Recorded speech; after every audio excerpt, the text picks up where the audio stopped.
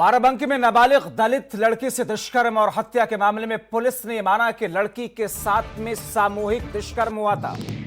Police ने इस बात को स्वीकार किया है क्योंकि पोस्टमार्टम की रिपोर्ट के बाद में जिस तरीके से पुलिस बैकफुट पर थी और अब जाकर के पुलिस इस बात को मान रही है। पुलिस ने दूसरे आरोपी ऋषिकेश सिंह को गिरफ्तार कर लिया है।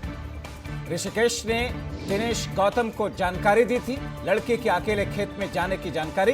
दोनों ने मिलकर के घटना को अंजाम दिया था। पीड़ित परिवार जांच से अब संतुष्ट होता हुआ दिखाई दे रहा है। आइए सुनते हैं इस पूरे मामले को लेकर के गिरफ्तारी के बाद में क्या कुछ कहा जा रहा है। सतरिक पर पंजीकृत अभियोग मुकदमा अपराध संख्या 261/20 धारा 302 आईपीसी के दिनांक 16/10/2020 को सफल अनावरण के पश्चात अभियुक्त दिनेश गौतम पुत्र स्वर्गीय शत्रुघ्न गौतम निवासी पिपरी टोला सेठ मऊ थाना सतरिक बाराबंकी उम्र लगभग 19 वर्ष द्वारा घटना के संबंध में संलिप्तता स्वीकार करते हुए अन्य महत्वपूर्ण सूत्र साक्ष्य उपलब्ध कराए गए।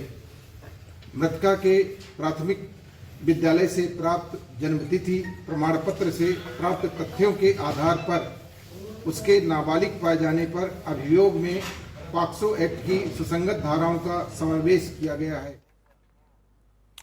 हमारे सहयोगी सरफराज वारसी फोनलाइन के जरिए हमारे साथ में जुड़े हुए हैं। सरफराज, वो पुलिस जो अब तक नकारती रही पोस्टमार्टम की रिपोर्ट के आने के बाद में अब जाकर के स्वीकार कर रही है कि हां बलात्कार हुआ और सामूहिक तौर पर और गिरफ्तारी हुई।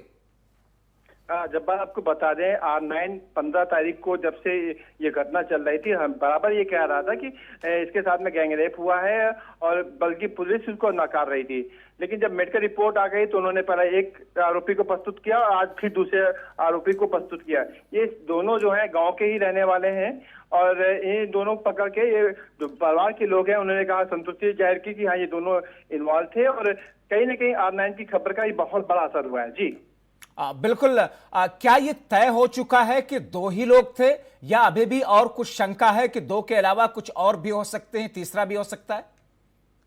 जी, ये बात आपको बता दें कि जो पिता हैं, पीड़ित परिवार के पिता हैं उनका साफ कहना था कि ये दो ही हो सकते हैं, तीसरा नहीं हो सकता। लेकिन अभी जो हम लोग जो 14 तारीख को रात में घटनास्थल पे पहुंचे थे, वहां पे बहुत जबरदस्त जोर जबरदस्ती की गई थी।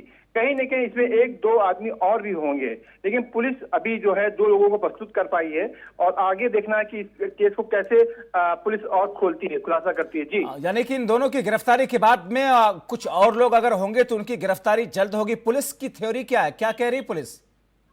पुलिस का ये कहना था कि जो 14 तारीख को घटना हुई थी, बहुत ही जघन्य अपराध किया था इन दोनों लड़कों ने।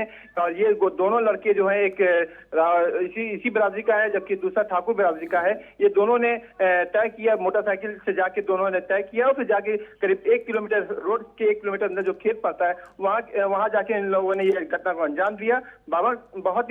बहुत ही गंदा अपराध इन्होंने किया, बहुत ही खराब अपराध किया। उसके बाद में ये लोग यहाँ के जो ये मेडिकल कॉलेज है बाराबंकी में, वहां जाके रुक गए। चलिए, शुक्रिया सरफराज इन तमाम जानकारी के लिए।